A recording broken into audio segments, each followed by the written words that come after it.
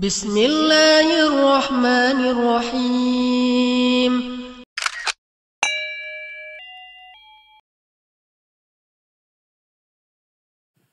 الحمد لله رب العالمين حمدا كثيرا طيبا مباركا فيه كما يحب ربنا ويرضاه ونصلي ونسلم ونبارك على نبينا محمد بن عبد الله وعلى آله وصحبه ومن والاه وبعد إخواني وأخواتي في الله nikmat Allah subhanahu wa ta'ala banyak kepada kita. Pada belakangan ini manusia dimanjakan dalam kehidupan mereka dengan kemajuan teknologi di bidang informatika, sehingga tinggal pencet bisa datang emas ke rumahnya. Tinggal pencet datang apa lagi? Baju ke rumahnya. Pencet buku datang ke rumahnya. Subhanallah.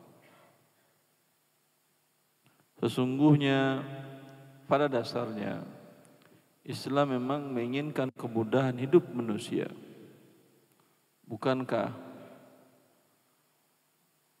Allah mengatakan wa ma ja'ala 'alaikum fid dini min haraj. Agama diturunkan bukan untuk membuat kalian susah hidupnya.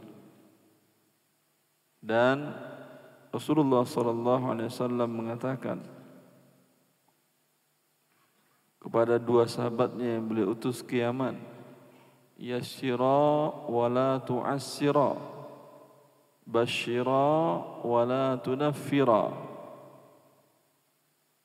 Beliau mengatakan, mudahkan urusan orang-orang, jangan dipersulit. Beri kabar gembira mereka, jangan membuat mereka lari dari agama Allah. Ini agama Islam. Bukan seperti gaya hidup sebagian manusia. Kalau bisa dipersulit, kenapa tidak? Tapi beri kemudahan kepada manusia. Ini agama Allah Azza wa Jalla. Berikan kemudahan kepada manusia dalam kehidupan mereka.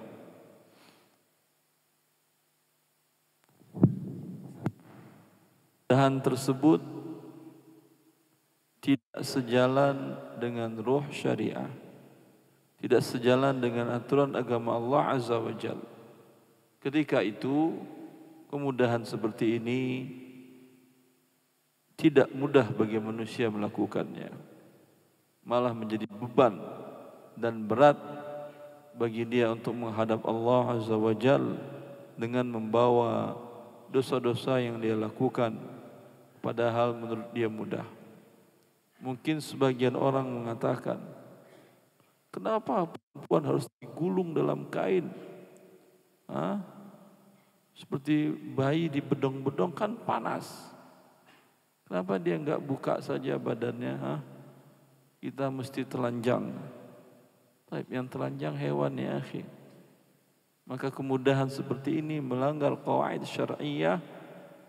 Ini menentang ketentuan Allah Azza wa Jalla.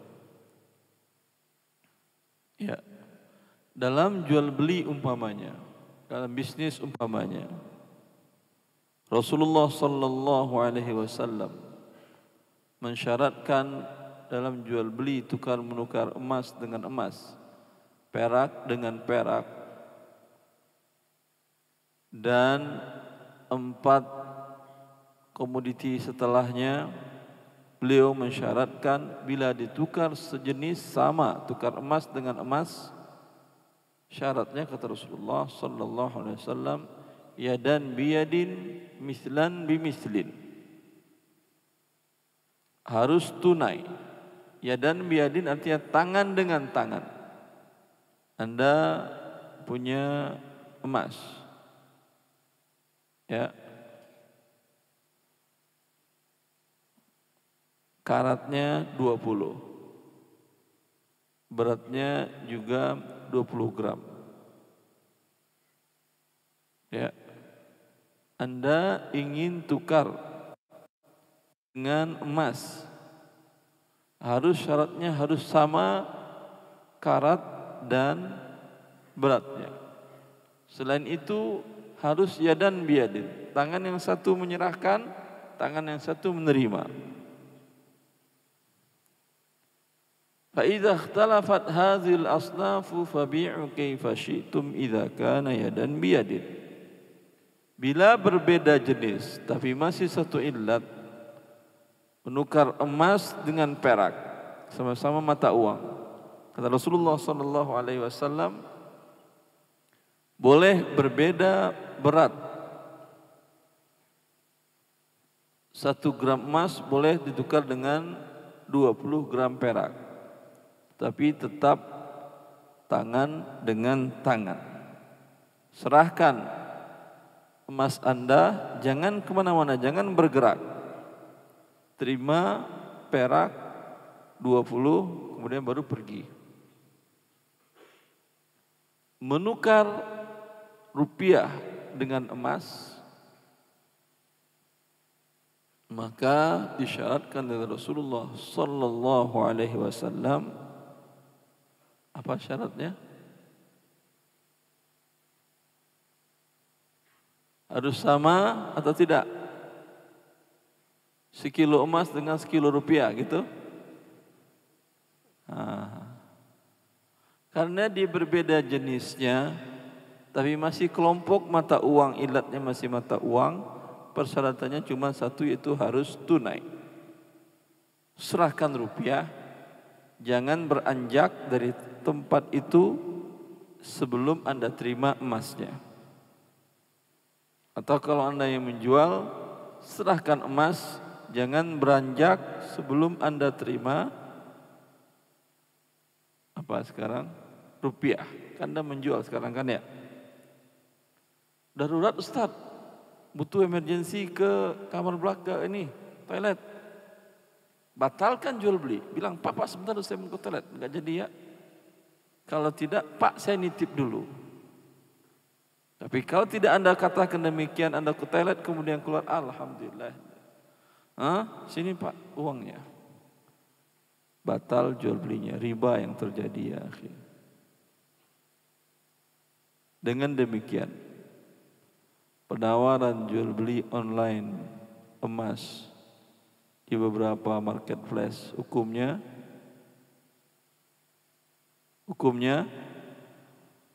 haram. Karena Rasulullah SAW mensyaratkan yadan biyadin. Tangan yang satu menyerahkan rupiah ke marketplace. Jangan bergerak dulu sebelum tangan yang satu menerima emas dari marketplace. Bisa terjadi seperti itu? Tidak bisa. Ya. Dan ini dilakukan oleh manusia. Dan negara ini mengaku penduduknya muslim terbesar di dunia. Wallahu ta'ala alam, saya dapat informasi dari beberapa orang. Di Jepang tidak mungkin terjadi jual beli emas dengan cara tidak tunai. Ada yang ke Jepang? Pernah di Jepang? Tidak mungkin terjadi jual beli emas dengan cara tidak tunai. Harus serah rupiah, serah emas. Tidak bisa serah emas pagi, sore terima rupiah. Atau besok terima emas, sekarang serahkan rupiah. Gak mungkin terjadi itu di Jepang menurut aturan dagang mereka. Ya, ini yang memberikan kabar. Sebagian teman yang melakukan penelitian di bidang ini di Jepang. Apakah mereka orang Islam? Apakah dengan demikian mereka menjadi Islam? Juga tidak. Lalu apa dan kenapa mereka melakukan itu dan mengharuskan itu? Kenapa? Materi ya akhi. Mereka kan budaknya materi. Hasil dari penelitian panjang mereka dalam bidang ekonomi mengharuskan tukar menukar emas dengan mata uang mereka dengan cara tunai. Anda enggak perlu penelitian, enggak perlu menghabiskan biaya untuk melakukan penelitian, tak perlu berlelah-lelah bercapek-capek. Rasulullah langsung bilang, mislan min mislin yadan biyadin fa idza ikhtalafat hadhil asnaf fabi'u kaifa syi'tum idza kana yadan biyadin. Tinggal Anda pelajari dan lakukan, selesai urusan.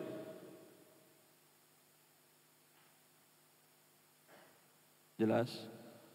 Maka syariat kita mengajarkan sesungguhnya kepada kita bahwasanya dengan itulah kemudahan hidup, dengan itulah hidup bisa menjadi sempurna dan baik. Bila keluar dari ketentuan Allah, maka dia menjadi tidak dibenarkan.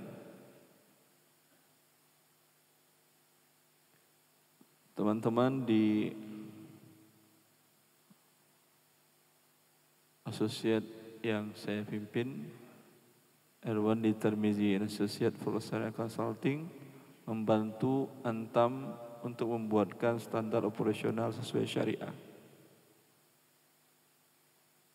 Alasan mereka untuk mengajukan ke pemegang kebijakan di BUMN itu, kan kita bukan negara syariah. Maka, tapi mereka tahu itu penting karena sering mendengarkan kajian saya dan kajian ustaz yang lain. Maka kemudian dia mencari alasan apa ya caranya. Dia datang ke beberapa negara kafir.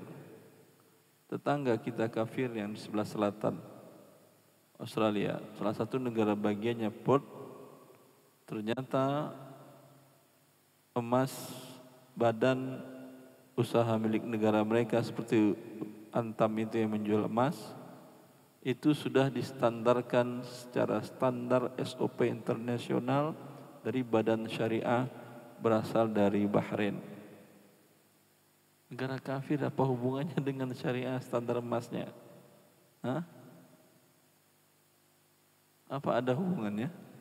Hubungannya hubungan materi, hubungan uang, hubungan bisnis. Mereka tahu dengan bersyariat itulah selamat ekonomi mereka dan selamat negara mereka dan membawa kebahagiaan dan kemudahan bagi manusia dalam kehidupannya. Bila ini dilanggar, maka sebaliknya yang terjadi dalam kehidupan manusia. Maka alhamdulillah kita umat yang mendapat nikmat yang besar dari Allah Azza wa Jalla, tapi tidak tahu itu adalah nikmat.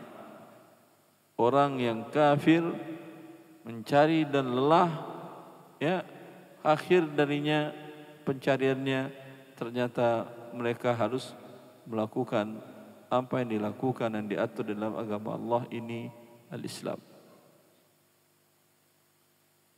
Dalam berbisnis online juga seperti itu.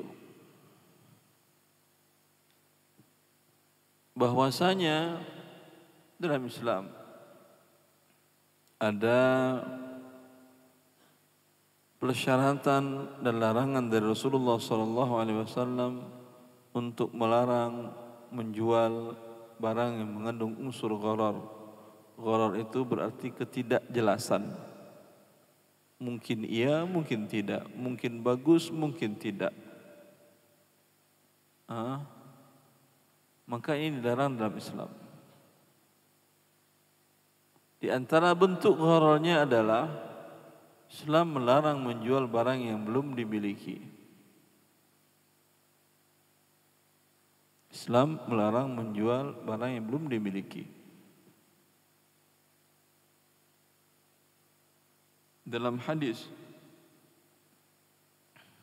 Hakim bin Hizam, dia seorang pedagang. Dia bertanya kepada Rasulullah sallallahu alaihi wasallam, "Ya Rasulullah, inni abi'u wa ashtari, famadha yahillu li wa ma yahrumu alayya?" Ya Rasulullah, profesiku menjual dan membeli barang. Mohon jelaskan apa yang halal dan apa yang haram. Lalu dilanjutkan atau tidak lalunya?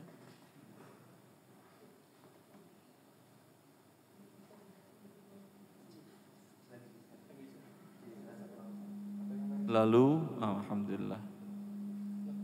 Lalu jelaskan kepadaku ya Rasulullah apa yang halal dan apa yang haram di dalam perniagaan ini. Rasulullah sallallahu alaihi wasallam, ya bena akhi, la tabi' ma laysa indak. Wahai anak saudaraku,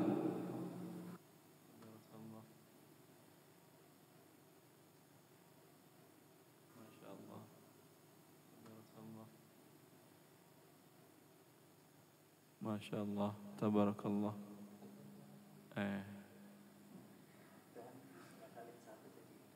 Wahai anak saudaraku, janganlah engkau menjual barang yang belum engkau miliki.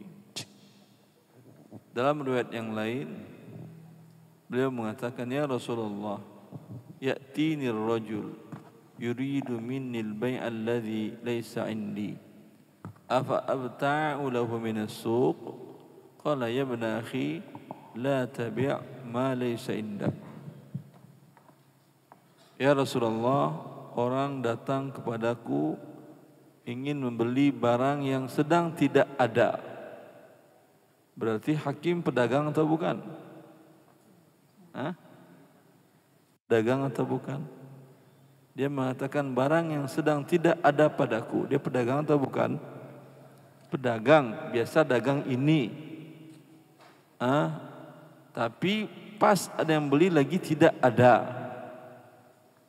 Ya, umpamanya dia jual beras, umpamanya anggap hakim jual beras di kota Madinah. Ada yang jual beras kota Madinah? Banyak sekarang. Dulu ya enggak ada. Ya. Dan dalam kehidupan sehari-hari sering ini. Dia bisa jual beras. Ada yang pesan beras, saya pesan beras ini, Cianjur umpamanya. Sekitar 100 kilo, tolong antar sore ke rumah. Stok yang ada di toko dan di gudang cuma 20 kilo. Biasanya si pemilik toko menjual atau tidak 100 kilo? Saya kira tidak langsung jual dia. Biasanya pemilik toko dia hubungi supplier. Ya atau tidak? Pak, ada beras 110 atau 150 kilo atau 200 kilo? Ada. Cianjur? Ada. Saya beli ya, ini saya kirim uang ya. Ya udah, silahkan. Ya, setelah dia yakini itu, maka dia mengatakan kepada pembeli tadi, deal 100 kilo beras Cianjur, ya, harga sekian.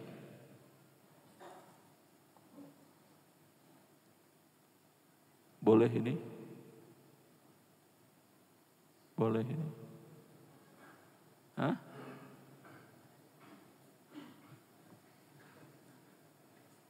Sudah dimilikikah beras Cianjur yang 80 kilo?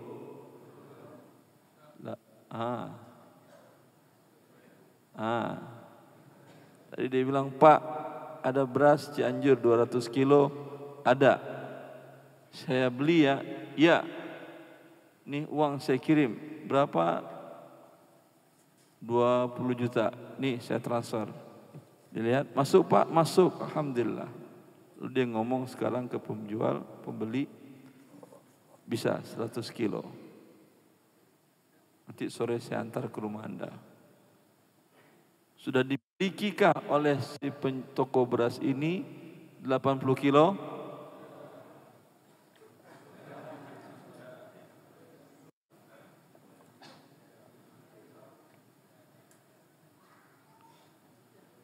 Masya Allah. Definisi jual beli adalah mubadalatu malin bimalin tamlikan wa tamallukan. Tukar menukar harta, harta yang kepada lawan transaksi. Harta lawan transaksi menjadi milik Anda. Itu dia akad jual beli. Dia mengatakan, Pak, saya beli beras ya. Ya, saya jual. Sudah akad terjadi. Berarti beras yang 200 kilo sudah milik pemilik toko atau belum?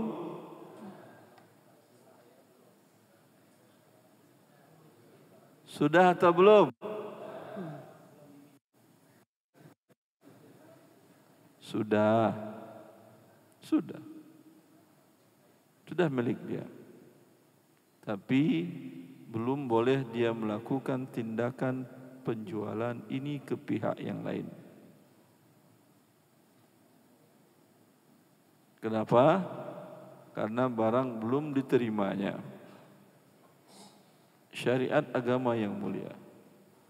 Pada waktu ini, walaupun uang sudah ditransfernya tadi dan dicek sudah masuk, tetap boleh dia jual beras tersebut yang 200 kilo tersebut.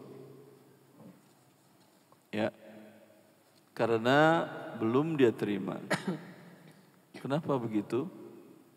Karena dengan belum diterimanya barang tersebut, konsekuensi dan risiko bukan di tangan dia, masih di tangan pemilik. Dengan demikian, dia belum boleh mendapatkan keuntungan dari itu. Ibnu Abbas ditanyakan, apa hikmah dibalik diharamkannya menjual barang yang sudah dibeli dengan transaksi tapi belum diterima, diharamkan untuk dijual? Kata beliau, dzaka darahim bidarahim wa ta'amu murja.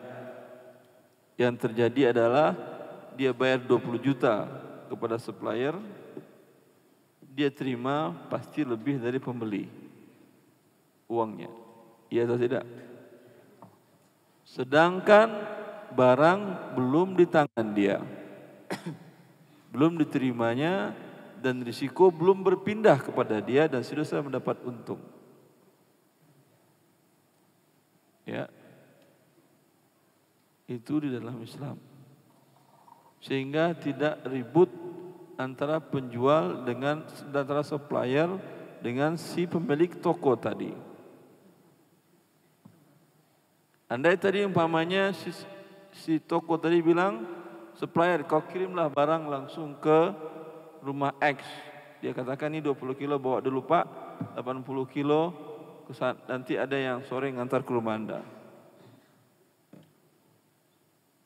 Maka kemudian kata dia kepada supplier yang 80 kilo antar ke alamat ini, yang sisanya berapa sisanya?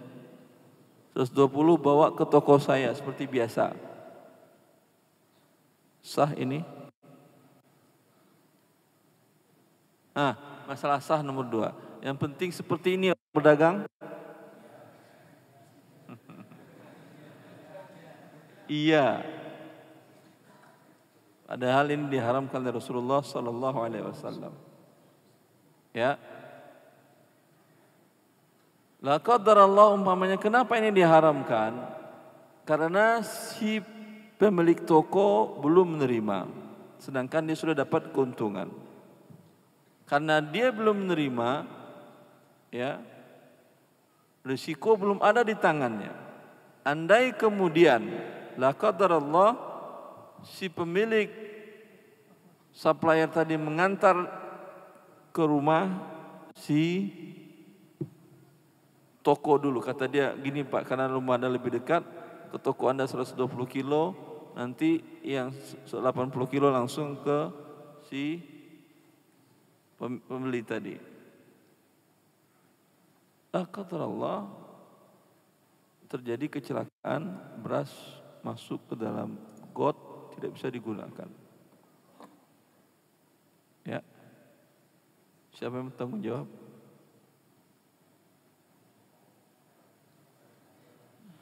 Kan sudah dijual tadi.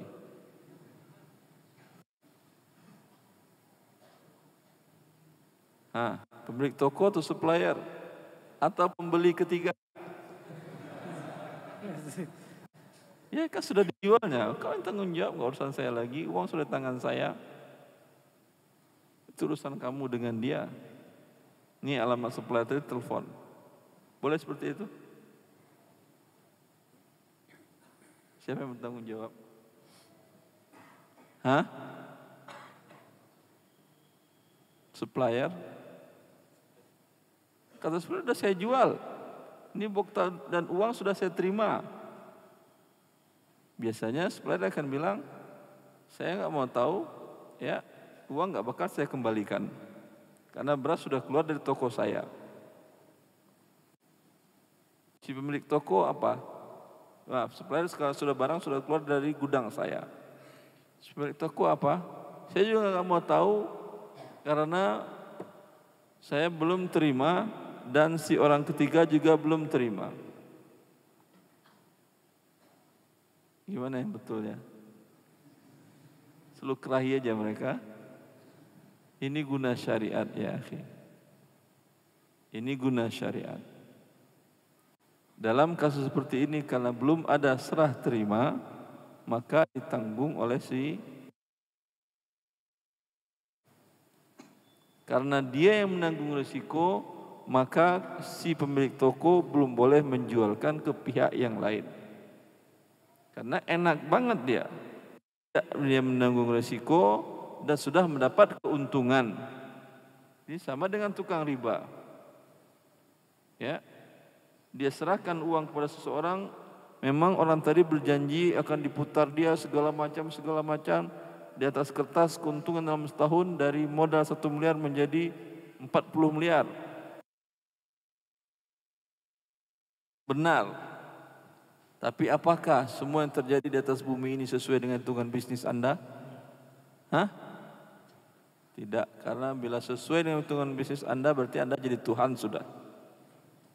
Kita hidup ini tunduk dengan ketentuan Allah, bukan dengan kemauan kita. Diatur oleh Allah yang Maha Kuat, yang Maha Perkasa. Ya.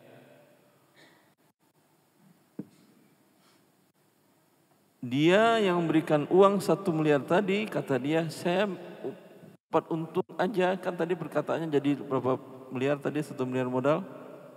40 miliar kan ya, setahun. Ya, udahlah, saya ambil 30% saja dari 40 miliar. Berapa berarti itu? 13 miliar. 13 miliar aja buat saya lah, sisanya ambil untuk kamu. Hah? Alhamdulillah, kata dia. Ya, semoga engkau menjadi kaya. Boleh ini? Bagi hasil kan ini? Ini dia yang riba, bukan bagi hasil. Karena dia yang tidak tahu menahu tentang risikonya nanti. Setelah setahun perjanjian di atas kertas yang tadi diperkirakan untung 40 miliar, lagi tinggal 500 juta. Yang berikan uang 1 miliar mengatakan saya nggak mau tahu.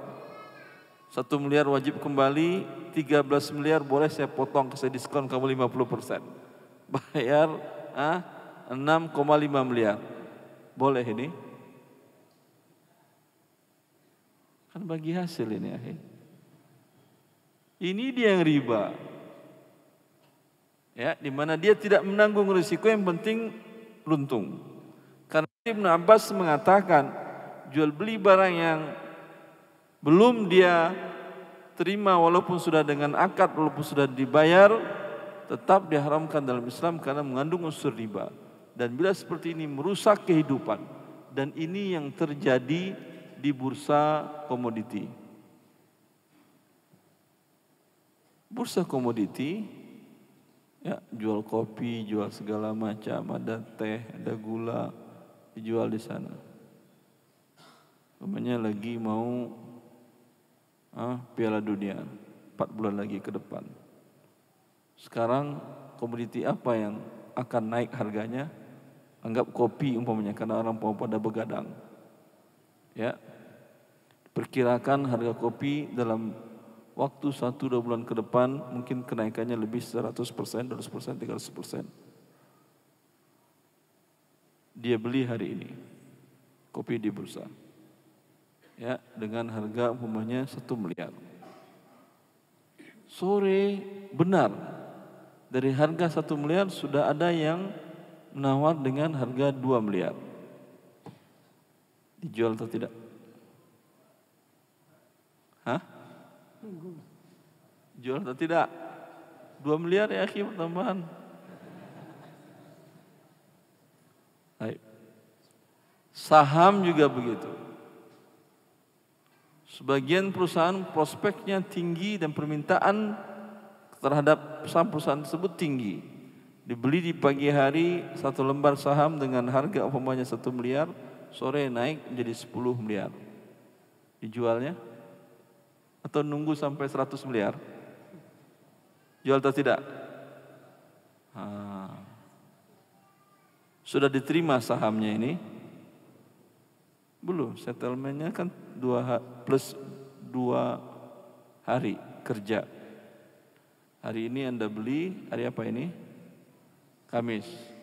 Jumat, Senin, Selasa baru settlement, nama Anda tercatat di apa nama penyelenggaranya ini? Bukan Bursa Efek. Ada nama lembaga keuangan khusus mencatat ini. Apa namanya? Bukan bursa. Bukan bursa. Kalau saham perusahaan dulu BI yang ngurus kalau nggak salah. Sekarang OJK yang ngurus. Dulu BI yang ngurus kalau saya tidak salah, dulu BI. Settlementnya di BI. Tercatat nama pembeli X yang baru ini setelah settlement 2+2 hari kerja. Ya. Beli Kamis, Jumat sehari, Sabtu Minggu tidak dihitung, Senin sehari, hari Selasa baru masuk nama Anda. Baru boleh Anda jual pada hari Selasa. Nunggu Selasa sekarang naik dia menjadi 300%. Nunggu Selasa mungkin turun. Dijual atau tidak ini? Jual. Yang kopi tadi ceritanya gimana? Dijual juga. Ini juga dijual. Ya. Makanya para ekonom barat menamakan bursa itu adalah kasino. Tempat berjudi. Bukan tempat berjual beli. Bukan tempat berbisnis. Tempat berjudi. Karena tidak ada serah terima barang. Dan Islam tidak.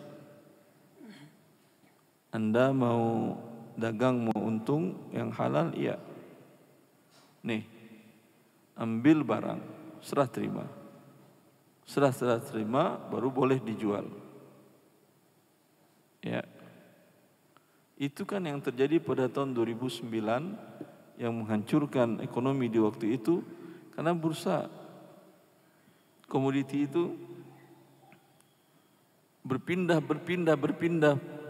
pemiliknya tentu setiap perpindahan ada harga kenaikan terus kan, nggak mungkin dan dijual dia ketika harga turun. Ya, ketika ada eksekusi barangnya tidak seimbang dengan harga di waktu itu.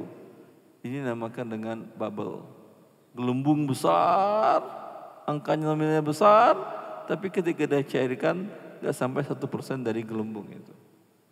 Judi ya, karena itu Islam melarang. Karena tidak ada risiko di sini, angka besar tapi nilai tidak ada.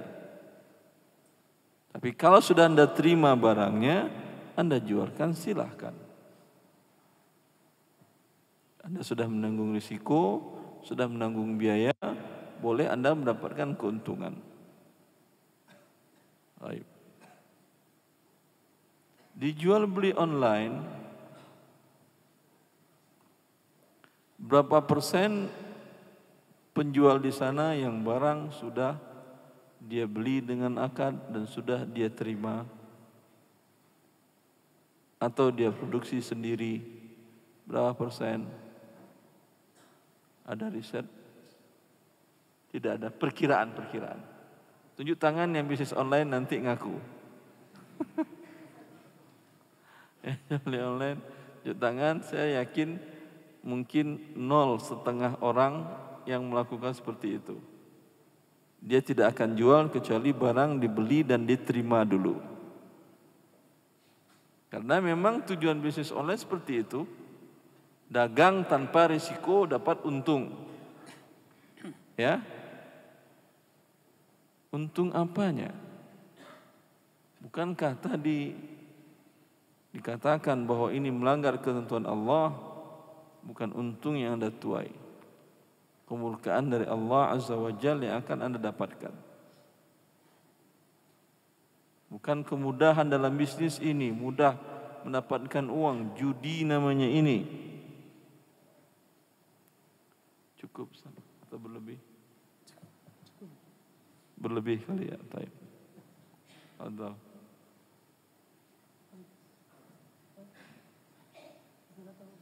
Tinggal tanya jawab atau enggak pakai?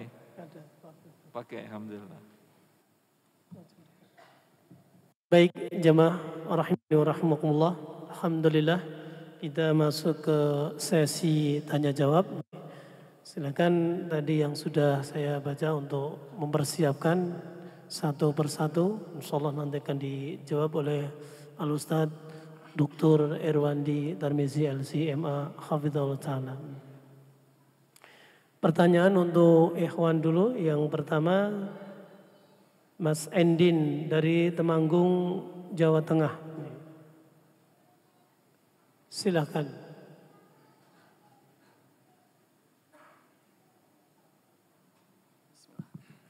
Assalamualaikum warahmatullahi wabarakatuh, Ustaz. Assalamualaikum warahmatullahi wabarakatuh. Ustaz, saya ingin bertanya. Saya melihat di online shop itu ada yang jual lisensi Windows atau Microsoft yang harganya hanya 330.000, 50.000. Padahal di toko-toko offline Jogja itu harganya ada yang 800.000, 1 juta, 2 juta. Dan seri Windows tersebut itu ada 3 macam, ada yang retail, OEM, ada yang volume. Bagaimana Ustaz? Maaf, enggak paham. Anda beli yang asli atau bajakan? Kurang tahu, tapi saya tanya penjualnya, itu katanya asli dan tangan pertama. Asli tangan pertama? Iya, penjualnya itu. Rp35.000. Iya, tapi nggak tahu itu memang asli atau bukan. Kata penjualnya itu asli gitu. Tapi harganya yang segitu. Masya Allah. Alhamdulillah. Gimana? Gak apa-apa, Ustaz? Enggak apa-apa. Insyaallah. Karena sudah tanyakan asli iya kata dia. Iya, Kalau katanya bohong dia kan asli. dia masuk neraka. Tapi saya gimana? Gak apa-apa itu pakai itu. Tidak apa-apa. Syukran Ustaz. Jazakallah khairan. Iya. Baik, Masya Allah.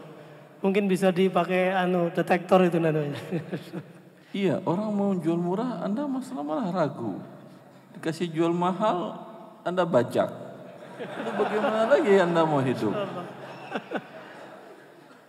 Dikasih yang halal malah nggak dibeli. Dinaikin harga oleh dia, Anda bajak. Bikin dosa baru mau Anda.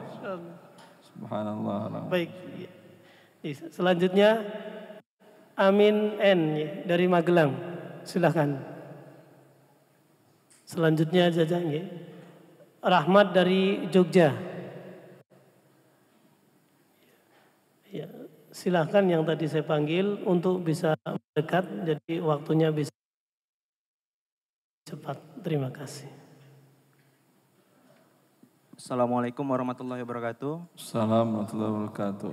Nah Ustadz, saya mau nanya tentang dropshipping ini. Fadal. Ini tentang akad salam yang pertama. Apakah sah akad salam yang dilakukan seorang dropshipper yang jualannya melalui marketplace? Seperti yang sama-sama kita ketahui bahwa syarat akad salam adalah pembayaran tunai di depan gitu ya.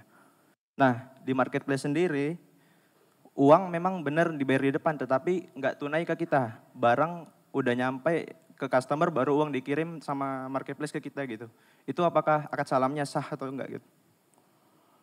Marketplace wakil Anda atau bukan? Platform, saya pakai platform situ gitu. Iya, dia Anda suruh terima uang Anda atau tidak? Ya mau nggak mau pakai jasa rekber mereka untuk melindungi. Paham ya, Taib. Anda pemilik barang umpamanya. Iya. Anda mau jual. Ya. Kata si marketplace, uang saya yang nerima bukan kamu. Iya. Berarti fungsi saya adalah wakil kamu untuk menerima. Iya, sementara Anda setuju seperti itu atau tidak? kalau setuju berarti boleh. Kalau setuju berarti betul boleh. Oh ya, siap. Alhamdulillah.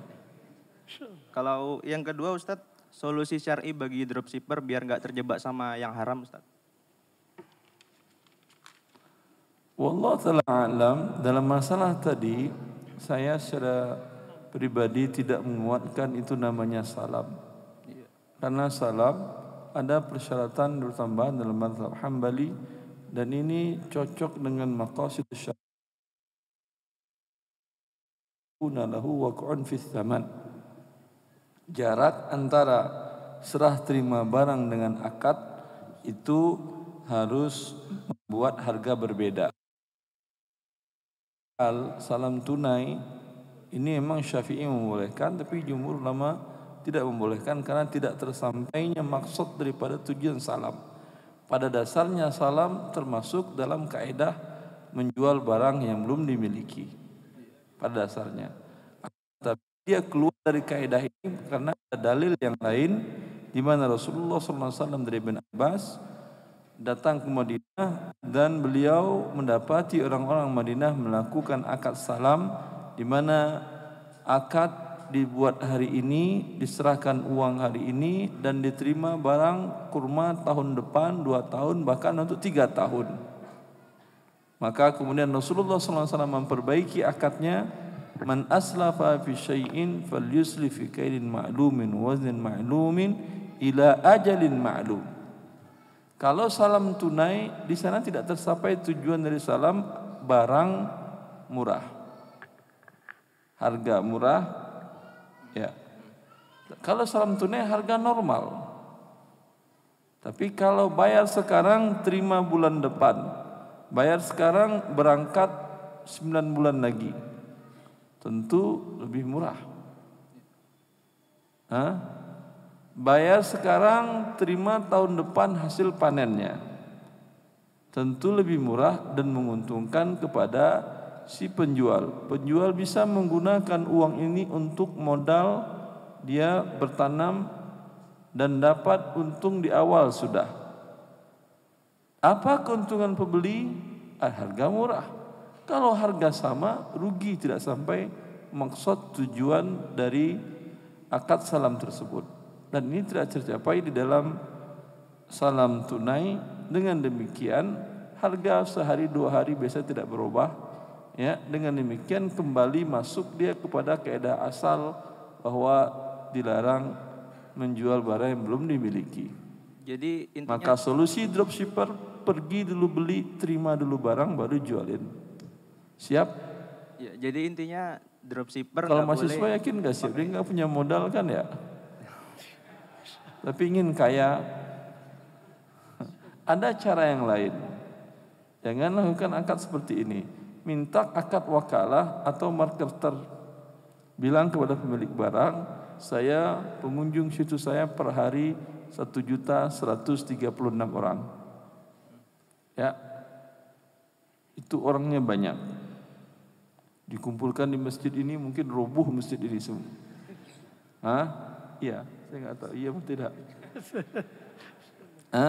Kalau Anda taruh barang di iklan di tempat saya silahkan, nggak perlu bayar. Saya hanya minta fee setiap dari yang terjual. Bisa? Sah? Tentu dengan syarat, belum tentu main sah aja dia.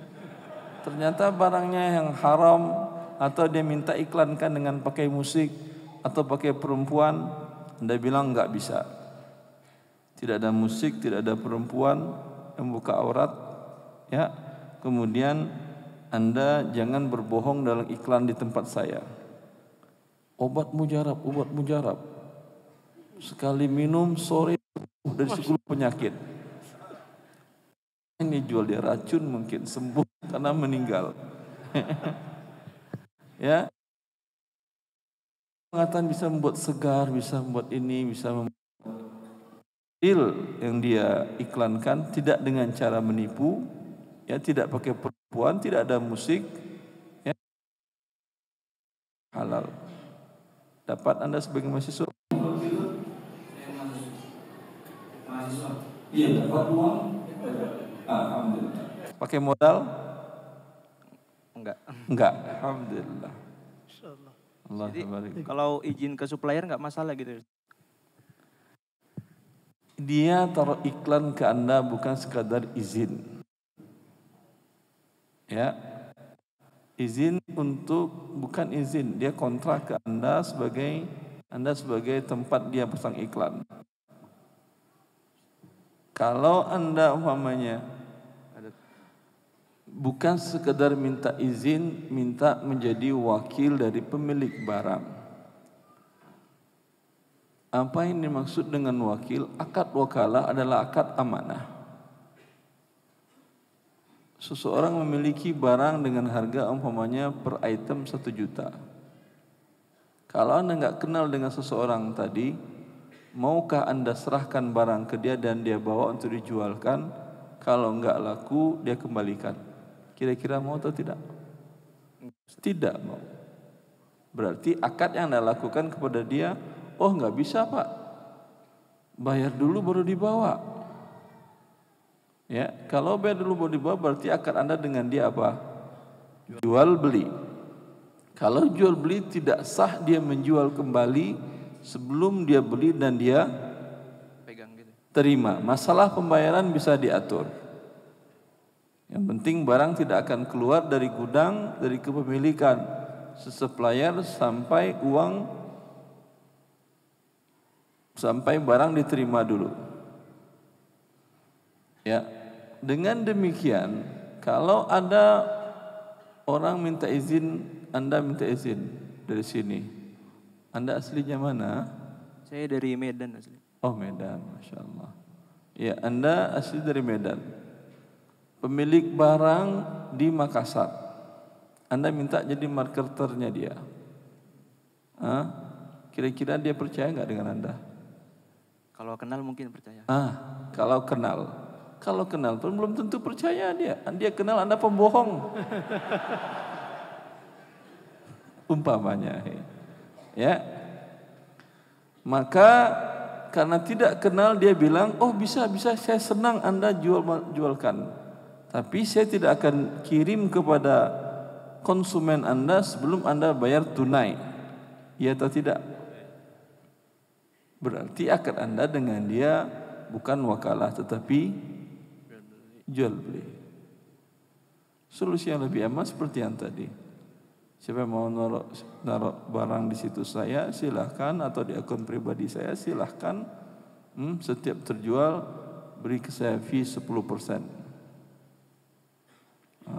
Syukran jazakallahu khair. Allah barik fiik. Baik, Masya Allah. Hadirin Bapak Ibu jamaah rahimani wa rahimakumullah. Alhamdulillah kita hadir juga di kajian ini Bapak Kapolres Sleman. Masya Allah. Mudah-mudahan Allah Subhanahu wa Ta'ala memberikan kemudahan beliau dalam menjalankan amanah, dan semoga Allah Subhanahu wa Ta'ala menjaga beliau dan keluarganya. Allahumma amin. Baik, kita lanjutkan pertanyaan berikutnya, yaitu Mas Yandi Wicaksono dari Pati, Jawa Tengah. Silakan. Assalamualaikum warahmatullahi wabarakatuh. Masya Allah. Assalamualaikum warahmatullahi wabarakatuh. Saya Yandi mau tanya mengenai tentang hukum mining atau nambang Bitcoin dan cryptocurrency lainnya. Hukum Mining Bitcoin atau cryptocurrency lainnya. membelinya atau menjualnya atau diapain hukumnya? Itu bukan jual beli, itu semacam kayak software yang berjalan terus untuk nambah saldo Bitcoin kita. Enggak paham saya. Anda punya Bitcoin begitu? Ya, semacam kayak PayPal buat jual beli internasional. Bukan Bitcoin yang Anda tanyakan. Ya Bitcoin itu semacam Hukum Bitcoin atau hukum miningnya atau apanya? hukum miningnya. Karena itu ada website-website yang menyediakan jasa untuk mining Bitcoin. Baik. Sebelum kita menjelaskan hukum mining tadi, walaupun saya nggak paham itu apa itu hukum mining, ya, Bitcoin diharamkan oleh BI. Ya atau tidak? Berapa bulan yang lalu? Kalau 3 bulan, 4 bulan yang lalu, BI mengeluarkan aturan bahwa Bitcoin haram di Indonesia. Selesai? Selesai. Itu apa termasuk cryptocurrency lainnya atau cuma Bitcoin? Cryptocurrency lainnya apa? Banyak. Ya akhi, sebentar. Terserah namanya apapun yang Anda buat. Dari zaman Nabi Adam alaihi salam, walaupun asarnya tidak terlalu kuat, sampai akhir zaman mata uang manusia tidak pernah pindah dari emas dan perak. Jelas? Hah? Sebentar, belum. Masya Allah. Nggak usah takut mas. Tenang. Ada polisi kau takut. Aman. Kan nggak ditangkap yang main cryptocurrency kan Pak? Walaupun BI mengharamkan belum ditangkap. Itu yang mata uang dari kehidupan manusia. Sampai akhir zaman, sampai kiamat. Di dalam Musannaf Abdul Razak tadi berasal dari Ka'ab al-Ahbar, Allah Ta'ala memakai ini asal atau tidak, tetapi sebagian para ulama ekonom muslim mendukung pendapat teori ini, bahwa Adam alaihissalam orang yang pertama menggunakan uang emas dan perak. Ya, satu. Kemudian dalam hadis tentang hari tanda-tanda kiamat, bahwa kata Allah sungai Efrat akan berkurang debitnya. Apa yang muncul? Mas, tahu antum semuanya ya? Udah coba cari-cari? Setiap manusia akan berlomba-lomba untuk mengambilnya. Dari 1.000 orang, 1.000 per 100 dalam hadis itu. Dari 1.000 orang mereka saling berbunuh-bunuhan, yang hidup 2 atau 3 atau 1 orang, saya lupa hadisnya. Qala Nabi SAW.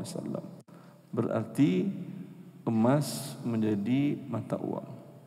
Jangan katakan saya tidak setuju dengan pendapat sebagian orang yang mengatakan bahwasanya dahulu mata uang adalah emas, sekarang rupiah.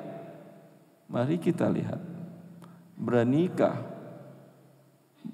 Bank Indonesia mencetak uang kalau tidak ada backup emas?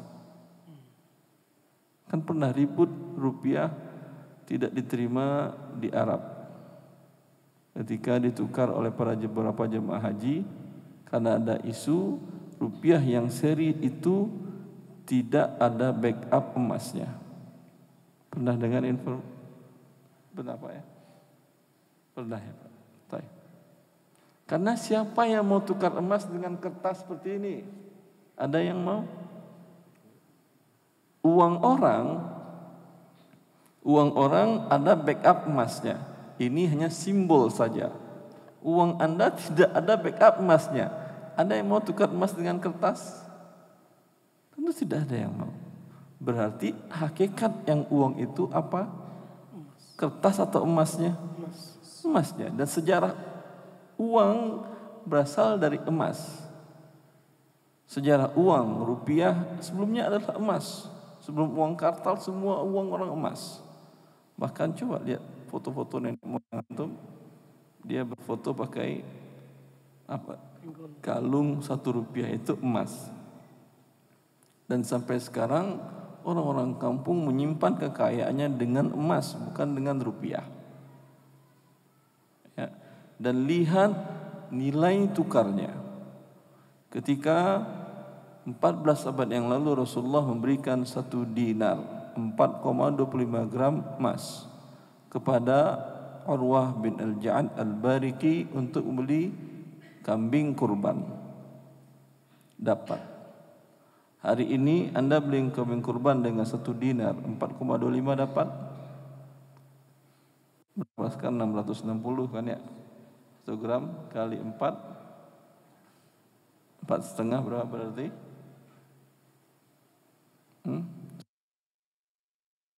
Dapat kambing kurban 3 juta? Dapat. Kambing enggak seimbang. Karena yang mengaturnya Allah yang Maha Adil. Tapi ketika uang kartal diatur oleh manusia dan manusia berbuat zalim, sangat berbuat zalim, sehingga yang kuat menekan, itu dia mata uang. Maka bila ada orang membuat mata uang lain dan tidak diikat dengan yang emas, ya ingat ini penipuan. Jadi masa Anda mau emas Anda ditukar dengan angka-angka? Ya, angka itu bisa muncul, bisa tidak. Kalau emas bisa muncul, bisa tidak dia. Ada terus. Andai tutup, semoga tidak terjadi, tutup negara Indonesia, yang pegang rupiah ada gunanya? Enggak ada. Yang pegang emas bisa berangkat haji dia? Yang pakai rupiah bisa berangkat haji? Enggak ada orang yang mau terima rupiah tutup, Indonesia tutup. Sekarang dolar tinggi umpamanya, tutup. Kata Presiden Amerika, negara kita tutup. Walaupun itu mungkin jauh panggang dari api, dia bilang seperti itu. Ada guna dolar? Mau Anda beli dolar walaupun dengan harga 1.000 rupiah per dolar? Enggak ada. Nilainya bukan pada barangnya. Tapi emas, mau ada mau tidak negara, mau ada atau tidak pemerintahan, yang emas adalah emas. Jelas? Jelas, Ustaz. Sekarang antum dagang emas saja daripada cryptocurrency. Orang yang kaya itu yang dagang emas, bukan dagang cryptocurrency. Ada salah seorang murid saya yang ikut pelatihan saya di Jakarta. Masya Allah, masih muda anaknya. Kalau zakatnya setahun itu nggak kurang 1 kilo emas. Masya Allah. Masya Allah. Kalau antum 1 kilo cryptocurrency nggak ada juga fakir miskin mau terima. Untuk apa saya kode-kode ini? Tapi kalau kasih segini, segepok fakir miskin yang ini, segepok fakir miskin yang ini. Sujud syukurnya mungkin 2 hari nggak bangun-bangun. Insya Allah. Baik. Terima kasih. Silahkan Ike, Jalan Kaliurang KM 5. Bismillah. Assalamualaikum Ustadz. Assalamualaikum warahmatullahi wabarakatuh, Ibu. Saya Sulis dari Sleman. Ingin menanyakan, apakah boleh kita bergabung dengan MLM yang sudah disertifikasi halal oleh MUI? Baik. Apakah diperkenankan atau diperbolehkan kita ikut join bisnis MLM termasuk jual beli online yang telah disertifikasi halal oleh MUI? Baik. Sepertinya ada 7 ya MLM-nya. Saya nggak tahu. Minta pencerahannya. Allah barik. Wallahu ta'ala alam, itu keputusan DSN. Tapi yang saya sampaikan dan saya yakini sampai sekarang, ya, dan itu yang dimunculkan sekarang oleh para pembeli MLM itu, ketika dengan pembesar mereka mendukung salah satu calon, semuanya bilang kayak saya tertipu, saya begini, baru muncul isu akhirnya. Karena MLM, saya nggak tahu kenapa di Indonesia ini halal, tidak dilarang oleh Kementerian Perdagangan. Karena setahu saya di Amerika dan di Eropa, sistem dagang dengan cara itu terlarang. Ya, terlarang. Padahal di negara itu riba dan judi halal. Ada apa? Negara maju itu mereka paling takut, bagi mereka sangat menjunjung tinggi dan memprioritaskan stabilitas keamanan negara. Sistem MLM itu akan merusak itu. Karena sebuah perusahaan MLM itu yang paling banyak adalah yang paling bawah. Bila suatu saat stuck, tidak bergerak lagi, tidak dapat lagi orang yang ditipu dia, otomatis dia stuck, tidak bergerak. Siapa yang paling rugi? Yang lantai tertinggi atau terbawah? Terbawah. Jumlahnya pasti banyak. Tentu mereka akan ribut, demo sana, demo sini. Mereka negara maju nggak ingin membuat keributan, stabilitas keamanannya nggak ingin terganggu. Nah karena itu mereka tutup MLM, walaupun umpamanya dengan dimasukkan oleh mereka barang untuk menghalalkan. Dia awalnya adalah pyramid scam. Tetapi dari sistem itu masih belum tertutup menjadi halal sesungguhnya. Karena kita ambil salah satu sampel MLM, umpamanya PPOB, program pembayaran apa itu? Online. Ada kan ya? Banyak enggak Anda dapatkan aplikasi ini di internet gratis? Banyak. Tapi menarik atau tidak?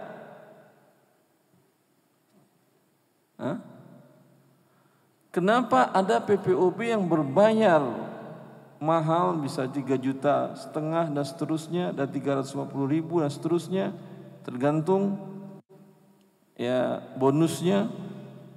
Kenapa mereka mau yang berbayar tadi? Karena iming-iming bonus. Ya. Berarti hakikat yang diperjualbelikan apa? Bonus atau produk barang? Bonus. Berarti bonus itu apa? Uang atau barang? Uang. Ketika uang ditukar dengan uang pembayaran keikutsertaan, ya hukumnya harus lebih, maka ada unsur riba di sini. Dan sistem MLM tadi jelas dari semua penelitian yang dapat bonus itu paling 6% dari 100%. Dari 100 orang anggota yang dapat 6 orang, 94 tidak dapat. Karena kalau dapat semuanya langsung bangkrut dia. Jelas? Ini ada unsur penipuan lagi. Ada unsur penipuan lagi. Ya, itu yang dari sistemnya. Kemudian kedua, dari sisi nilai barang atau jasa. Ini jelas kalau Anda tuju. Karena bila Anda beli dengan sistem biasa, sistem distribusi biasa, ya harganya jauh di bawah itu. Kenapa sistem MLM tersebut mereka tinggikan harganya? Agar untuk mendapatkan bonus bisa nutupin 1-2 orang sehingga menarik semua orang. Ya, jelas ini. Maka walaupun tujuan adalah barangnya, objeknya, Anda rugi karena beli di atas harga yang tidak normal. Anda bandingkanlah barang-barang yang dijual dengan MLM dengan sistem biasa, jauh. Lalu kenapa orang mau beli? Itu dia. Kenapa tadi? Bonus. Berarti tujuannya bukan produk. Bahkan di tahun 2008 atau 2007 ada sebuah, di waktu itu CD buku e-book belum banyak. Salah satu perusahaan informatika bernama Wahbah Betul Jazirah membuat CD buku. Ya, mereka jual dengan harga 500 real. CD buku yang lain dengan fitur yang lebih maju dari ini cuman harganya 100 real. Kenapa orang mau beli ini? Karena dia dengan sistem MLM. Sehingga tujuan orang bukan itu. Saya dapat banyak gratis, tapi dipakai nggak bisa. Tujuan orang bukan produknya, dia akan beli, dia sedekah-sedekahin aja. Nanti dapat dia yang diinginkannya adalah bonus. Dengan harga beli 1.500 real, bonusnya bisa 50.000 real. Tapi apakah semua yang beli dapat? Tentu tidak. Dan niat orang yang beli tadi bagi dia mungkin nggak penting, mungkin buktinya dibuka nggak bisa, ya. Maka ditanyakan kasus itu kepada Lajnah Daimah Dewan Fatwa Kerajaan Saudi Arabia. Jawabannya ini hukumnya haram marketing dengan cara seperti ini. Dan itu kesimpulan akhir dari peneliti bernama Dr. Husain Asy-Syahroni dalam disertasi beliau berjudul At-Taswiq At-Tijari fil Fiqh Islami atau marketing dalam pandangan fikih. Jelas Ibu? Jelas Ustaz. Baik. Jazakallah khairan Ustaz. Kalau Anda mau ikut fatwa DSN silahkan, tapi tadi siap-siap aja Anda nanti rugi. Baik. Baik. Selanjutnya Mbak Ike dari Jalan Kelurang KM 5, silahkan. Assalamualaikum warahmatullahi wabarakatuh. Assalamualaikum warahmatullahi wabarakatuh. Begini Ustadz, saya mau menanyakan, apakah diperbolehkan kita menjadi partner dari perusahaan penyedia e-money dengan memberikan diskon atau cashback bagi pengguna e-money yang berbelanja di tempat kita?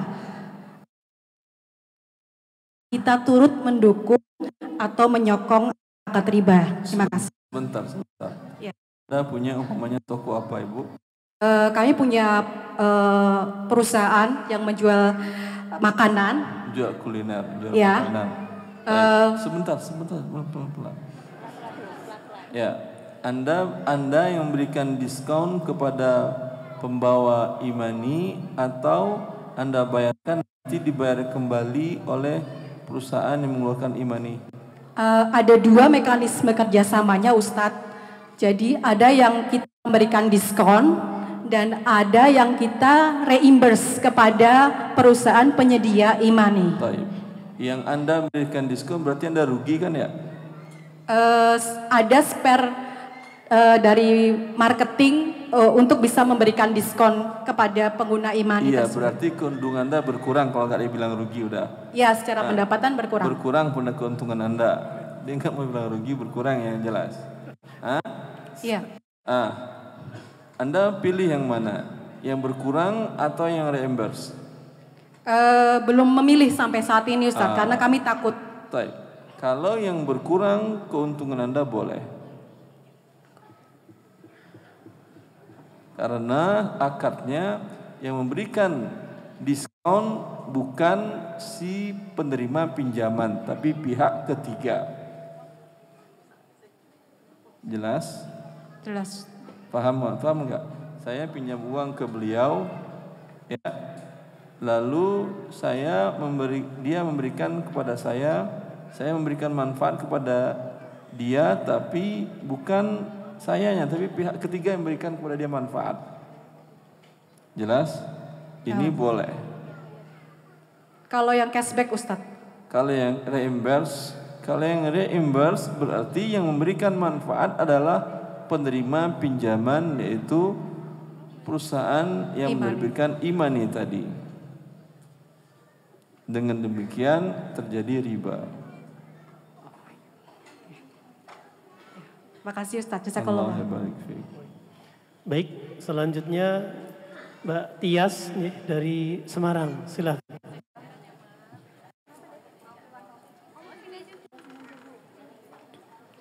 Assalamualaikum Ustadz.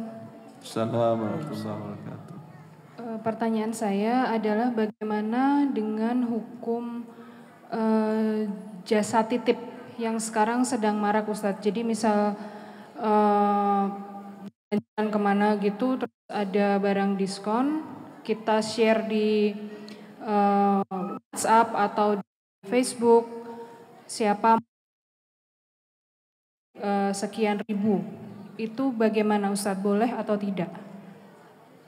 Yang Anda lakukan, Anda belikan dengan uang Anda atau uang yang menitip? Saya memang belum pernah melakukan Ustadz karena saya takut belum tahu bagaimana hukumnya. Belum itu saya jelaskan. Jadi yang sudah terjadi yang teman-teman saya lakukan adalah mereka meminta transfer dulu sebagai jaminan. Jaminan? Ya, bukan jadi untuk pembelian? Enggak, jadi mereka kan biasanya share fotonya di WhatsApp maupun media sosial. Terus mereka akan dibelikan apabila sudah transfer. Begitu Ustadz. Itu bagaimana? Tidak boleh. Mau jadi bolehnya, jangan bilang jaminan. Kalau mau jadi boleh, transfer ke saya belikan pakai uang Anda dan saya berikan fee pembelian. Ini boleh. Karena tidak ada pinjam-minjam uang di sini. Tapi kalau pakai uang Anda dahulu atau baik dia kirim uang sebagai deposit, tetap tidak boleh karena berarti pakai uang Anda dahulu. Pakai uang dahulu apa akadnya? Anda kan bukan beli barang untuk diri Anda, tapi Anda meminjamkan uang kepada dia untuk Anda belikan barang tersebut. Maka dalam akad pinjaman tidak boleh ada pertambahan. Jelas? Oke, jelas Ustadz. Terima kasih Ustadz. Assalamualaikum. Assalamualaikum. Baik, untuk pertanyaan selanjutnya Mbak Ayu Devika dari Balikpapan. Silakan. Assalamualaikum warahmatullahi wabarakatuh. Assalamualaikum warahmatullahi wabarakatuh. Ustadz, saya mau menanyakan mengenai hukum penjual yang membeli followers untuk strategi marketingnya. Biasanya kan di jual itu membeli followers untuk menarik. Followers itu apa? Orang atau barang atau apa? Itu biasanya orang yang ada di sosial media. Iya. Ada polisi di sini ya. Boleh jual beli orang. Orang dunia maya. Apa namanya? Human trafficking itu. Jual beli manusia nggak boleh. Beli followers sebetulnya beli jualnya bukan orang, hanya ininya saja kan ya, dan komentarnya. Ya. Yang dicap jempol di komentarinya apakah produk yang sama atau produk lain? Produk sama sih Ustadz. Kok sama? Anda beli follower orang dataran di tempat Anda, begitu kan ya? Iya, iya. Produknya sama atau lain? Produk. Iya, Dia kan follower iya. Anda beli follower dari X. Iya. Ya, yang X tadi itu barang yang dijualnya sama dengan barang Anda atau tidak? Beda. Ada yang beda, ada yang sama kan biasanya Ustaz. Sebentar, pelan-pelan. Gimana gitu? Ya, berarti Anda bohongi orang. Ini bagian dari najash. Kata Rasulullah SAW, wala tanajashu. Jangan kalian berbuat najash. Najash itu, ya, dulu sering saya lihat di pasar-pasar di Jakarta, di Senen, Jatinegara. Sekarang mereka mungkin sudah pindah ke internet. Ya, di mana berkumpul seorang lalu ada jual produk, ini bagus, ini bagus, ini bagus. Ada yang mau beli, iya, tunjuk, ya. Berapa? 1.000. Kata, saya 3.000, ini 5.000. Ya, orang yang pengen beli, Pak, saya 7.000. Padahal harganya 2.000. Sering nggak dulu seperti itu? Iya. Sekarang masih ada. Udah pindah mereka ke online. Najas online. Padahal semua mereka itu teman-temannya. Maka jual beli followers adalah bagian dari jual beli najas. Baik, selanjutnya Mbak Eti Kurniasih dari Gunung Kidul. Silahkan.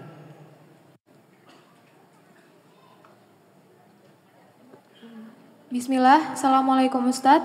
Assalamualaikum warahmatullahi wabarakatuh. Kami bekerja di salah satu toko penjualan barang impor. Nah, Jadi ada sistem online dan offline. Ada apa? Sistem offline-nya ada, online-nya ada. Yang kami tanyakan adalah pada sistem. Barangnya apa ini? Barangnya berupa kain, kurma, dan barang-barang import lainnya, kemudian jasa jahit. Barangnya masih di luar negeri atau sudah diterima di toko orang pembelinya? Barangnya sudah kami beli, ada di tempat produksi, kemudian kami pasarkan. Sudah milik Anda, berarti sudah diterima? Sudah, insya Allah. Terus Anda pasarkan? Iya. Terus? Nah, yang ingin ditanyakan, pemilik toko itu meminta untuk kita memakai marketplace seperti itu. Cuman sampai saat ini belum kita pakai juga karena masih bingung apakah ada marketplace yang memang boleh digunakan ataukah semua sistemnya ada riba atau haram.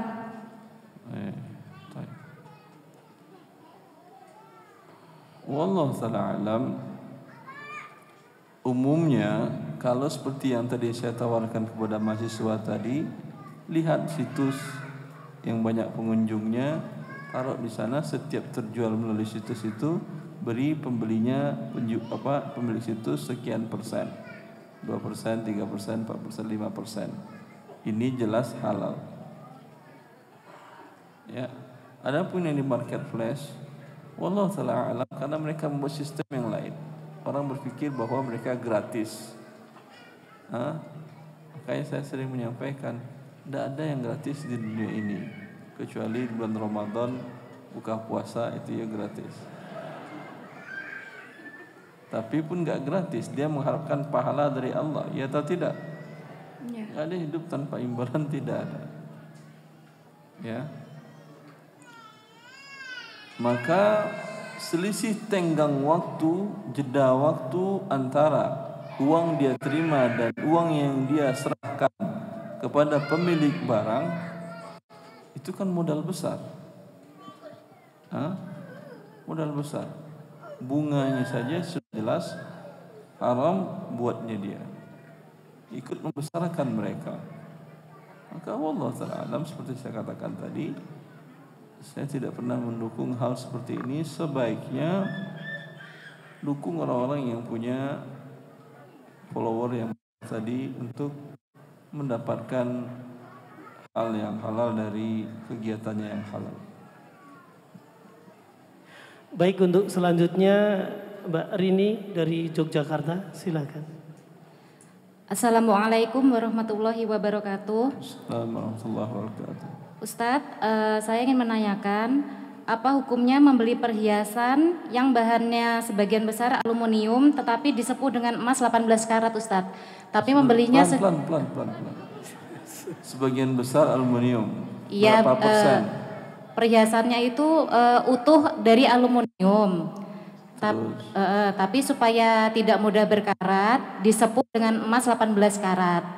Aluminium berkarat? Ya kan lama-lama bisa berkarat, Ustadz. Begitu. Yang berkarat itu setahu saya emas, 24 karat, 23 karat.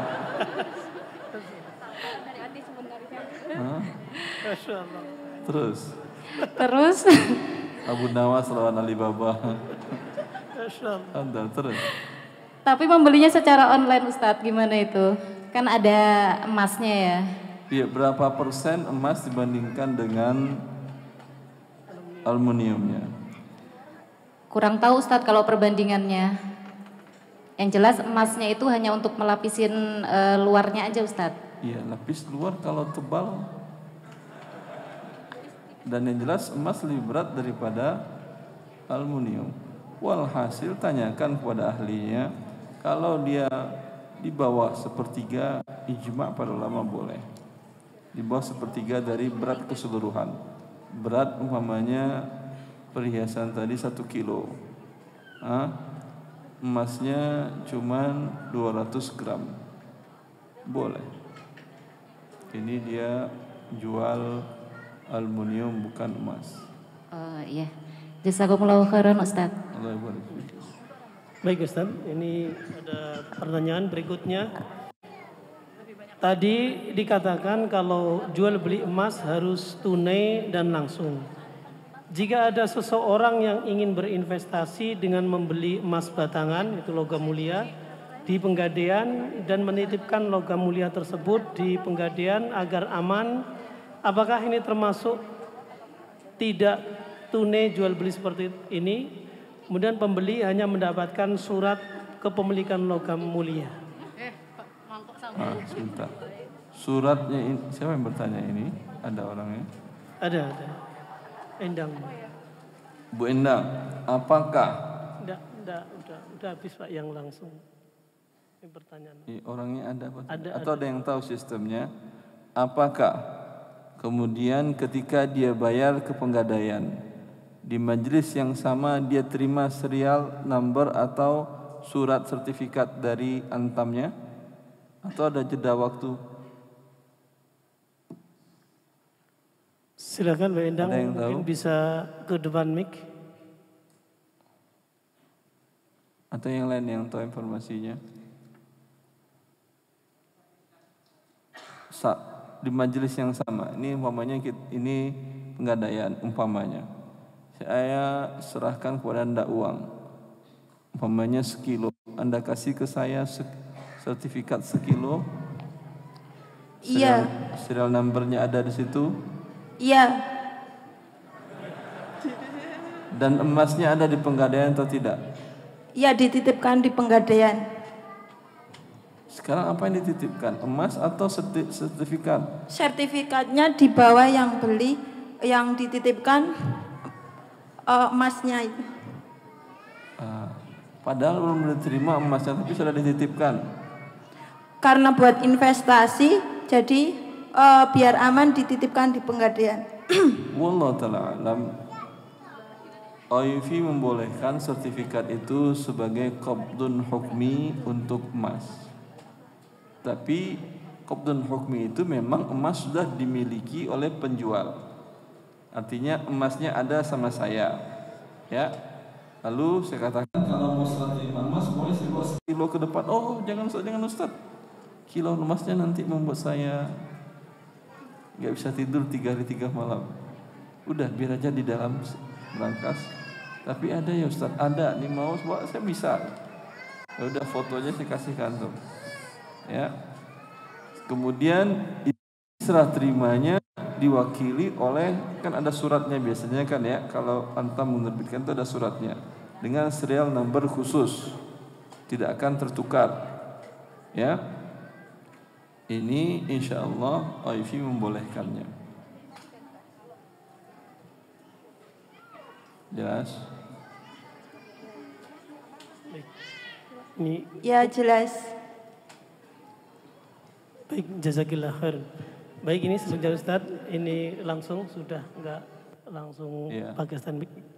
Pertanyaan berikutnya Ustaz, apakah hukumnya apabila warung yang mendaftarkan di GoFood, jangan-jangan istri saya ini Ustaz. Saya baru buka warung Ustaz. Apakah hukumnya apabila warung yang mendaftarkan di GoFood, kemudian apakah selisih 20% yang ditetapkan Gojek itu halal, dan bagaimanakah solusi agar transaksi itu bisa halal?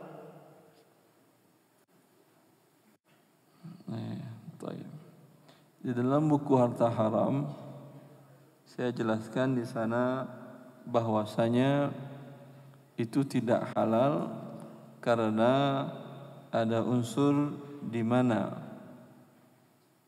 si penjual tidak menyebutkan harga sesungguhnya kepada pembeli yang sebenarnya. Yang dituliskannya di akad transaksi bukan yang itu. Ya, berarti ini bagian dari kebohongan. Dan apalagi karena ini memakai uang pihak Gojek atau pihak si pembeli dahulu atas nama pinjaman nanti ditagihkan dan ada pertambahan, ya ini namanya kan adalah riba. Ya, maka solusinya jangan pakai itu. Emang nggak laku antum kalau nggak pakai itu, Ustaz? Baik, berarti nggak usah daftarkan Ustaz. Ada salah seorang klien ikhwan di Jakarta itu dia cuma jual mie ayam. Antum apa, bakso atau mie? Soto, Ustaz. Masya Allah, dekat-dekat. Tahu antum, dia dikejar pajak oleh Pemda, Dispenda itu lebih 1 miliar. Masya Allah. Berarti penjualnya dikit atau laris? Ya, tidak ada pakai potong-potong tadi. Dia nggak terima yang pakai potong-potong. Kalau mereka datang beli sendiri silahkan, tapi dia nggak mau potong 20%. Karena bukan selain itu saja. Bukankah kita sudah merasakan dan melihat langsung apa yang terjadi di alam nyata pada transportasi umum ketika produk ini muncul? Lihat kerusakannya, perang, kelahi, saling membunuh antara driver dari aplikasi tadi dengan para supir yang selama ini menggunakan cara yang konvensional. Itu gara-gara apa? Gara-gara itu. Ya. Bila mereka masuk ke dalam perdagangan yang lebih kecil lagi, lebih besar lagi ke dalam retail, bukan sekedar jasa transportasi saja, itu tujuannya mereka adalah monopoli. Dan mereka sering nakut-nakutin orang. Awal mereka muncul itu mereka cuma minta 15%. Sekarang sudah 20%. Ya. Dia tunggu sebentar lagi, dia mungkin minta 50% ke Anda. Karena dia tahu orang yang tidak menggunakan jasa dia akan turun drastis penjualannya. Ya. Sehingga Anda makin bertawakal kepada mereka. Dan mereka manfaatkan rasa tawakal Anda ini untuk memanfaatkan mendapat uang mengeruk sebanyak-banyaknya. Ya. Baik, jazakallah Ustaz. Pertanyaan berikutnya, asuransi yang dibebaskan ke seller oleh marketplace tanpa sepengetahuan seller. Gimana? Asuransi yang dibebankan ke seller oleh marketplace tanpa sepengetahuan seller. Boleh. Boleh. Enggak, sebentar, pertanyaan saya boleh apa tidak? Iyanya begitu. Maksud saya, dia enggak tahu tapi dibebankan dia, gimana caranya? Caranya gimana itu? Marketplace membebankan kepada reseller, seller apa reseller? Tanpa sepengetahuan seller. Tanpa pengetahuan seller. Boleh. Enggak, pertanyaan saya boleh atau tidak dalam kehidupan seperti itu? Tanpa pengetahuan dibebankan beban di luar kesepakatan. Enggak boleh kan? Baik secara hukum legal, polisi ada, alhamdulillah. Tangkap dia Pak. Menzalimin orang. Tidak ada kesepakatan, tahu-tahu dia harus bayar asuransi dan segala macam. Baik. Pertanyaan berikutnya, dalam sistem dropship, jika pemilik situs sebagai agen pemilik barang, maka hal ini diperbolehkan. Sumbernya adalah buku Harta Haram halaman 231. Pertanyaannya adalah, adakah syarat khusus secara syar'i tentang persyaratan agenan? Itu yang saya jelaskan tadi, keagenan tadi yang boleh dia menjual walaupun barang belum diterima, ya, bahwa akad antara dia dengan pemilik barang bukan jual beli. Tidak harus dia bayar di awal sebelum si supplier mengirimkan barang ke konsumen. Berarti kan akadnya saling percaya. Ya. Anda ingin jualkan tanah saya, harganya 5 miliar. Ya, Anda bilang, Pak Ustaz, boleh saya jualin? Boleh. Ya, boleh saya bawa surat-suratnya Pak Ustaz? Oh ya, enggak mungkin. Berarti Anda bukan wakil untuk menjualkan, hanya mencari pembeli. Anda bawa ke saya. Tapi kalau saya bilang, ya udah bawa ini surat-suratnya, jualkanlah. Itu namanya Anda wakil saya. Dari saya harga sekian, terserah. Itu yang dikatakan oleh Ibnu Abbas, bi' hadza thawba bi kadza fama fawqahu fahuwa lak. Di antara bentuk akad wakalah yang boleh, jual kain ini dari saya harganya 1000 dinar. Terserah kau jual berapa, bawa. Enggak laku, kembalikan. Terjadi risiko yang menanggung saya, kecuali dia lalai. Dirampok di jalan, yang menanggung risiko pemilik. Karena akadnya kan wakil. Ya. Pertanyaan berikutnya, bagaimanakah hukum mencari nafkah lewat Google AdSense? Itu membuat web atau admin yang di dalamnya terdapat iklan Google, isi web berisikan konten yang positif, kemudian desain interior, sedangkan foto dari web yang diambil dari foto-foto yang ada di Google. Jadi pendapatan diperoleh melalui iklan yang dipasang di web kita.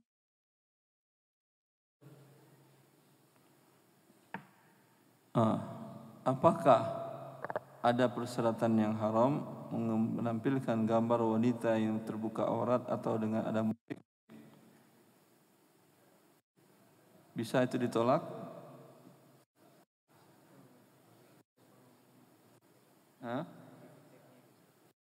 Gak paham, saya belum terbayang. Anda punya apa? Punya web. Terus Anda pasang iklan Google atau apa? Siapa ya? Maaf, dia yang bertanya, saya pikir. Ustadz, terkait AdSense itu iklan yang ditampilkan di web kita bisa kita setting. Bisa kita setting. Bisa kita hilangkan musiknya. Bisa. Bisa kita hilangkan gambar perempuannya. Bisa. Tetap dikasih fee juga. Alhamdulillah. Masya Allah. Boleh Ustadz. Alhamdulillah, itu artinya boleh. Masya Allah. Masya Allah. Baik. Pertanyaan berikutnya, Afwan Ustadz, sebenarnya apakah boleh uang kertas mewakili mata uang yang nilainya hanya ada pada emas dan perak? Sebetulnya bolehkah uang dari kertas yang mewakili nilai pada emas? Ya. Kesepakatan ulama dunia melalui organisasi konferensi Islam yang beranggotakan seluruh negara muslim mayoritas di dunia yang berpusat di Jeddah, bahwa memang uang kartal tersebut dia adalah mewakili emas dan berjual beli dengannya jual beli yang halal. Ya. Ya, okay. Selanjutnya, sebagai pekerja di perusahaan swasta, saya memakai laptop yang disediakan oleh perusahaan. Software yang digunakan sebagian besar bajakan. Halalkah gaji yang saya peroleh?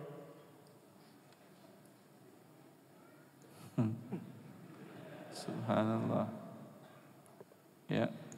Halal dengan syarat Anda bayar royalti kepada yang dizolimin, yaitu perusahaan pemilik program software yang original. Habis mungkin gaji Anda untuk bayar royalti. Jangan katakan kalau dibeli dengan yang orinya mahal, Ustaz. Kalau Anda merasa mahal, bikin sendiri. Iya atau tidak? Jadi murah atau jadi makin mahal dia? Bukan makin mahal lagi, enggak pernah terjadi mungkin terbuat oleh Anda. Ya udah, berarti murah harganya itu, beli. Ya. Ini di dalam syariat Allah. Itu fatwa Oki keluar dalam masalah tentang royalti hak cipta, ya. Itu milik seseorang yang haram untuk Anda curi dan Anda rampas. Baik, karena stand mic tersedia 2, saya panggil saja biar langsung nanti dengan Ustaz. Zainal Jogja, kemudian Pak Budi dari Sleman, Kemudian Ipung Hadi dari Magelang. Silakan di antara tiga yang dekat dengan stand mic bisa maju. Pak Budi Sleman, masalah taksi online. Kemudian Zainal Jogja tentang program free ongkir. Dan Ipung Hadi. Silakan. Ya, oke. Assalamualaikum warahmatullahi wabarakatuh. Pertanyaan saya mungkin simpel, cuman saya ingin menanyakan langsung aja ke Ustadz. Beberapa waktu lalu saya sering dikirimin iklan untuk join ke Paytrend itu loh Ustadz. Saya ingin kejelasannya aja. Kalau nggak salah tadi sudah saya jelaskan hukumnya haram. Kalau Anda jawab, bukankah DSN sudah menghalalkan Ustadz? Ya udah, itu urusan Anda dengan DSN. Kalau urusan saya juga sudah saya sampaikan amanah ilmiah. Yang saya pahami itu sampai sekarang masih haram. Baik Ustaz, jazakallahu khairan. Baik, selanjutnya. Setahu saya belakangan orang demo mau keluar, Anda mau ikut.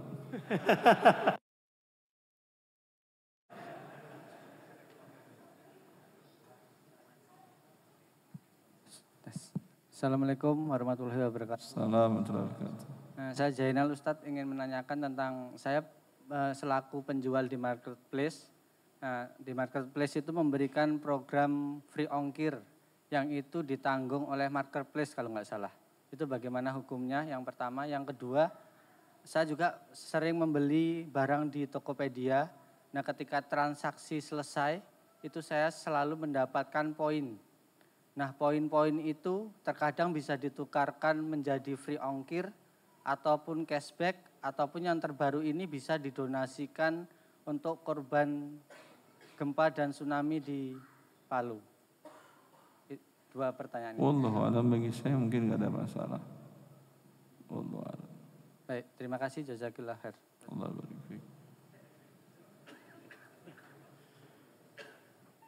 Baik, yang menulis tentang informasi soal lisensi Windows murah, silakan bisa berdiri.